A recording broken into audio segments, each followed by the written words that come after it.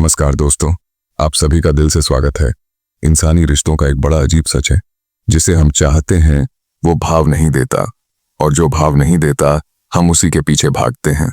पर यह होता क्यों है? मतलब क्या यह प्यार है या फिर हमारे दिमाग की कोई गहरी उलझन? चलिए आज इसी गुत्थी को साइकोलॉजी की मदद से सुलझाने की कोशिश करते हैं। कभी ऐसा हुआ है कि कोई इंसान दिमाग से निकल ही नहीं पा रहा?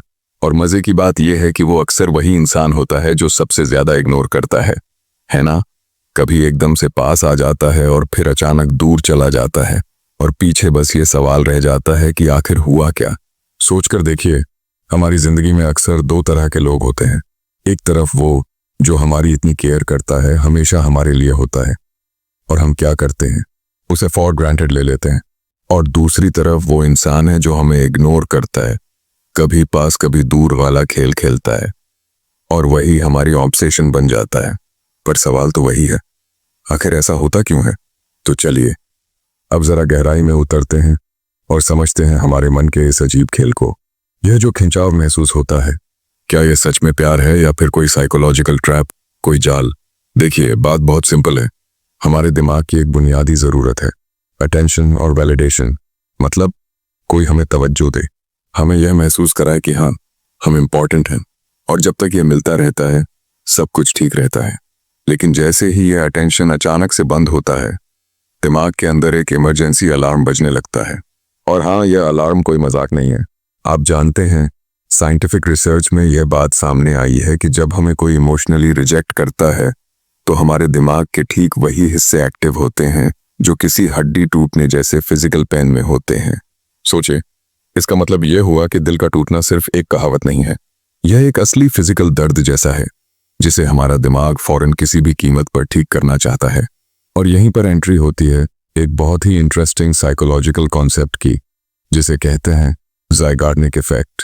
यह इफेक्ट क्या कहता है? यह कहता है कि हमारा दिमाग उन कामों को तो आसानी से भूल जाता है जो पूरे हो चुके हैं, लेकिन जो कहानियां अधूरी रह गई हैं, जो चैप्टर्स क्लोज नहीं हुए हैं, उनमें बुरी तरह अटक जाता है।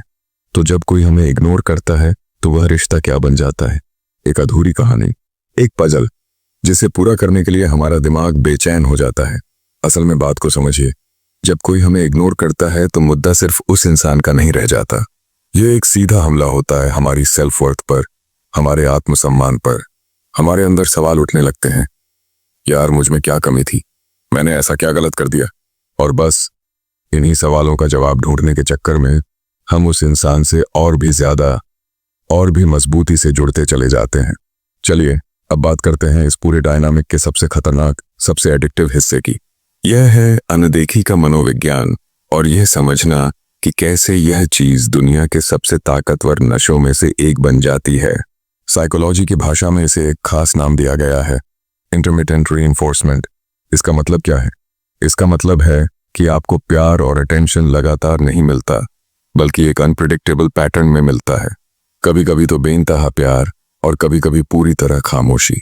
आज तो घंटों बातें हो रही हैं और कल एक मैसेज का भी जवाब नहीं। यह जो ऑन ऑफ पास दूर का खेल है, यह दिमाग को बुरी तरह कंफ्यूज कर देता है। इसे समझने के लिए एक स्लॉट मशीन का उदाहरण लेते हैं जो कसीनो में होती है। जब कोई लीवर खींचता है तो उसे यह नहीं पता होता कि वो जीतेगा या हारेगा, पर वो खेलता रहता है। क्यों? बस इसी उम्मीद में कि शायद इस बार जैकपॉट लग जाए। बस ये इंटरमिटेंट रीइंफोर्समेंट भी ठीक इसी शायद पर काम करता है। और जानते हैं, यही वो वजह है, बिल्कुल यही वजह कि क्यों कई बार टॉक्सिक रिश्ते भी किसी सब्सटेंस या ड्रग एडिक्शन की तरह महसूस होते हैं। दिमाग बस उस जीत का, उस थोड़े से प्यार और अटेंशन का इंतजार करता रहता है, और उस चक्रव्यूह में बुरी तरह फंस कर रह जाता है। लेकिन यहाँ एक और सवाल उठता है, आखिर कुछ लोग इस साइकिल में दूसरों से ज्यादा क्यों फंसते हैं? और इसका जवाब जानते हैं कहाँ छिपा है? अक्सर हमारे बचपन में, हमारे पुराने एक्सपीरियंसेस में। चलिए देखते हैं कि कैसे हमारी पास्ट प्रोग्रामिंग हमारे आज के रिश्तों को कंट्रोल करती है। देखिए, एक बात साफ है, हर कोई इस जाल में नहीं फंसता।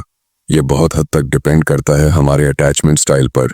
जैसे जिन लोगों का अटैचमेंट स्टाइल सिक्योर होता है, वो इस तरह के बर्ताव को एक रेड फ्लैग समझते हैं और आगे बढ़ जाते हैं।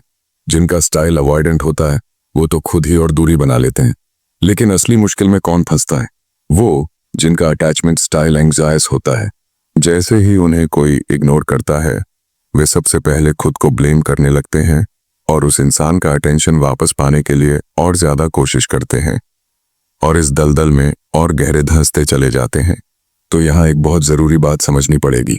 जब कोई हमें इग्नोर करता है तो हमारा दिमाग असल में प्यार नहीं ढूंढ रहा होता, वो ढूंढ रहा होता है वैलिडेशन। उसे बस एक चीज चाहिए होती है कि सामने वाला वापस आए और यह साबित करे कि हम रिजेक्ट किए जाने के लायक नहीं थे, कि हमारी वैल्यू है। तो सवाल यह है कि इस चक्र से, इस ट्रैप से बाहर कैसे निकला जाए। तो चलिए अब बात करते हैं इमोशनल फ्रीडम की तरफ ले जाने वाले 4 सिंपल लेकिन बहुत पावरफुल स्टेप्स की। पहला कदम, यह समझिए कि इग्नोर किया जाना अपने आप में एक बहुत बड़ा जवाब है। Silence is an answer. दूसरा, अपनी सेल्फ वर्थ, अपनी कीमत को किसी और के अटेंशन का मोहताज मत बनाइए। तीसरा, दूरी बनाइए, दिमाग को हील करने और रिसेट होने के लिए स्पेस दीजिए।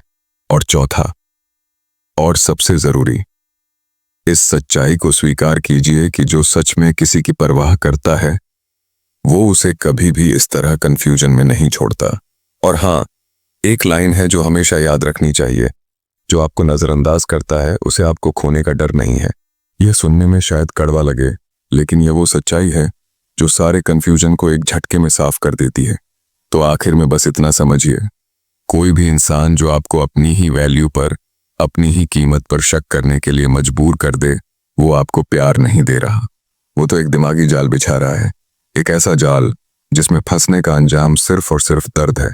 तो अगली बार जब भी मन किसी ऐसे इंसान के पीछे भागने का करे, तो बस एक पल के लिए रुकना और खुद से ईमानदारी से एक सवाल पूछना, क्या मैं इनके पीछे इसलिए हूं क्योंकि ये सच में इतने स्पेशल हैं, या सिर्फ इसलिए क्योंकि इन्होंने मुझे इग्नोर किया। यकीन मानिए, इस एक सवाल का जवाब आपके अंदर बहुत बड़ी आज़ादी की शुरुआत बन सकता है। मिलते हैं दोस्तों अगले वीडियो में। अगर वीडियो पसंद आया हो तो लाइक और शेयर करें, चैनल को सब्सक्राइब करना ना भूलें और कमेंट में अपने विचार लिखें। धन्यवाद।